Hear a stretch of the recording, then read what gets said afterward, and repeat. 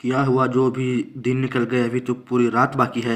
Hello दोस्तों, आप लोगों को चौधरी स्टडी सेंटर में स्वागत है। तो आप लोगों का एग्जाम 10 क्लास का एग्जाम आप लोगों को फरवरी में ही होगा, और इसके लिए मैंने सब्जेक्टिव क्वेश्चन, बहुत ही महत्वपूर्ण क्वेश्चन आप लोगों के लिए मैंने तैयार करके रखे हैं। तो सबसे पहले हमारा जो क्वेश्चन है वो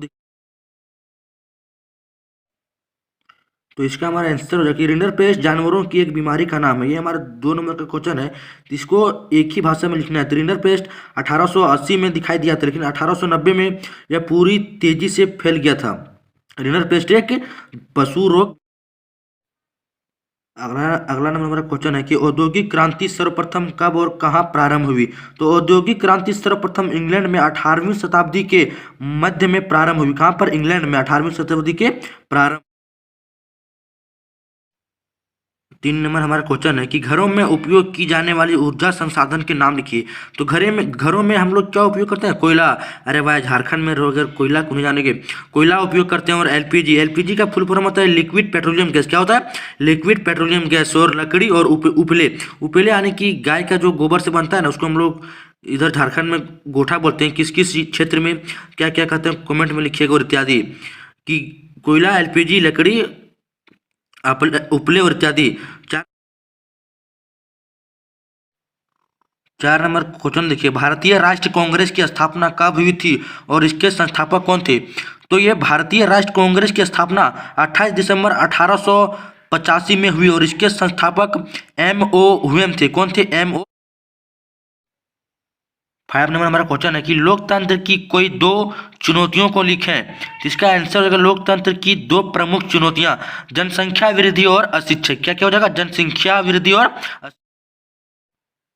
6 नंबर हमारा क्वेश्चन है कि मुद्रा को परिभाषित कीजिए।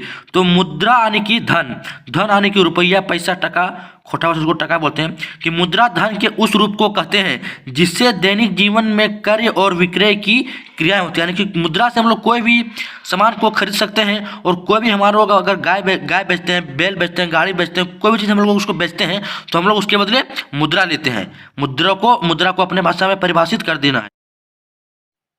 अब देखिए, हमारे पास एक लॉन्ग क्वेश्चन है कि एक क्वेश्चन अब 3 नंबर का है।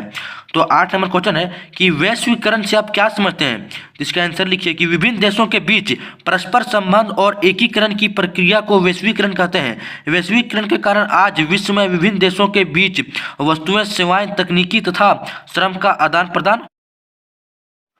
9 नंबर क्वेश्चन देखिए कि ब्रिटेन की महिला कामगारों ने स्पिनिंग जेनिंग मशीनों पर हमले क्यों किए?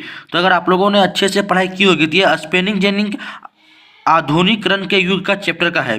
तो बेरोजगारी के भाव से महिलाएं नए प्रौद्योगिकी का विरोध करते थे। स्पिनिंग जेनिंग के आने से उन्हें अपना रोजगार छीन जाने का भय सता रहा था, इसीलिए ब्रिटेन की महिला कामगारों ने स्पिनिंग जेनिंग मशीनों पर हमले किए। क्योंकि अगर एक महिला एक दिन में अगर एक कपड़ा तैयार करती है, तो स्पिनिंग जेनिंग वही कपड़ा एक दिन में उसके डबल आने की 3-4 कपड़े तैयार करती थी।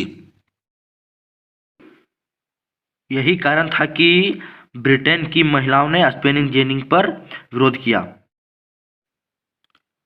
हमारा अगला क्वेश्चन है कि राजनीतिक दल का क्या अर्थ होता है? आप लोगों को यह भी पूछेगा कि राजनीतिक दल से आप क्या समझते हैं। इसका आंसर एक ही होगा कि लोगों का एक ऐसा संगठित समूह जो चुनाव लड़ने और राजनीतिक सत्ता हासिल करने के उद्देश्य से कार्य करता है, उसे राजनीतिक दल कहते हैं। प्रत्येक राजनीतिक दल का कुछ नीति और सिद्धांत होता है।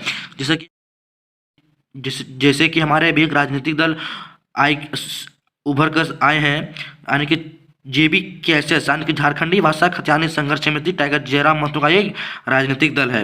वो भी अभी हाल फिलहाल में उभर कर गया। 12 नंबर क्वेश्चन देखिए कि लोकतंत्र किस रूप से एक उत्तरदायी शासन है? लोकतंत्र में जनता खुद को अपने सरकार का चुनाव करती है, और चुनाव करते समय उनकी उम्र 18 वर्ष होनी चाहिए। इस प्रकार वह जनता के प्रेरित, जवाबदेह और उत्तरदायी होता है। लोकतंत्र में जनता सरकार के कार्यों की जानकारी लेती है तथा विरोधी दल सरकार की आलोचना भी करती है। इस प्रकार लोकतंत्र एक जिम्मेवार सरकार का गठन। और इसके जो विरोधी पार्टी होते हैं, ये अपने पार्टी को हमेशा बोलते रहते थे, उनके विरोधी पार्टी को, कि ये काम अच्छा नहीं किया, ये काम अच्छा नहीं किया। और ये बोलना भी बहुत ही आवश्यक है, क्योंकि जब तक इसमें कोई बोलेगा नहीं, तब तक कोई पार्टी अपना काम पूर्ण रूप से करेगा। आज के इस वीडियो में इतना, फिर आप लोगों को नेक्स्ट वीडियो में मिलते हैं। तो आप लोग जम करके तैयारी में लग जाए, क्योंकि अब समय नहीं है। क्योंकि मैंने पहले भी कहा था कि क्या हुआ जो दिन निकल गए, अभी तो पूरी रात बाकी है। तो जम कर पढ़ाई कीजिए, रात भर जग के पढ़ाई कीजिए, क्योंकि ये रिजल्ट आपके पूरे, आपने 1 से लेके 9 तक क्या पढ़ाई किया ये कोई नहीं देखता, लेकिन 10 में आपने क्या पढ़ाई करते हैं आपको पूरे समाज देखता है। तो हर एक क्वेश्चन को ध्यान में रखना है और कॉपी को खाली छोड़कर नहीं आना है। तो जय